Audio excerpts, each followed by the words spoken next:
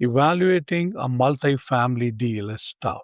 When you're trying to figure out if an apartment building is a good investment, you will constantly hear about two things, two terms.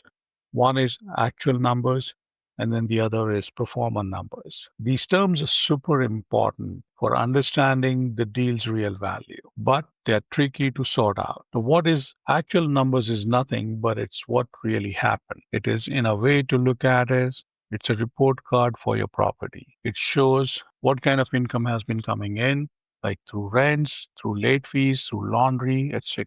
And then where you have been spending the money or where the money has been spent on the property, on the repairs, on the taxes, on the utilities over the last year or so. There are three things when you're looking at the actual numbers. One is called trailing 12 income and expenses. So the T12 gives you the income and expenses for the property in the last 12 months. The second thing that you want to look at is the rent roll. The rent roll is nothing, but it is the lease details for each and every unit that is part of the property. So it shows you how much the rent is, who the renter is, what is the lease start date, what is the lease end dates, if there are any concessions. The third thing that you want to look at is what has been the historical occupancy rate or the vacancy rate. How much of the property has been occupied, how many units have been empty.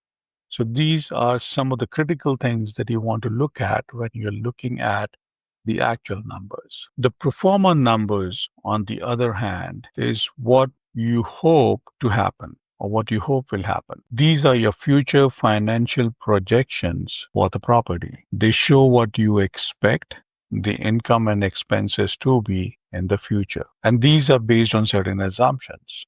These are based on an assumption that you will be able to raise the rents. You will be able to raise the rents because of the value add that you do to the property. For example, you might add washer and dryer to the unit, or you might upgrade the kitchen, or you might upgrade the unit internally, or you might externally improve the property overall. The challenge comes in because those impressive numbers or the projected returns that you see on the listings almost always pro forma numbers. They sound amazing, but they're just a vision. And that's where you absolutely must dig into the actual numbers to vet these pro forma numbers and ensure that this is not just a wishful thinking, but it is realistic. It is doable. And when I say doable, you have to know what kind of an effort, time, and money it's going to take to make it happen. So in short, actuals are nothing but what really happened, and Proforma is what you hope will happen. The actual keeps you closer to the ground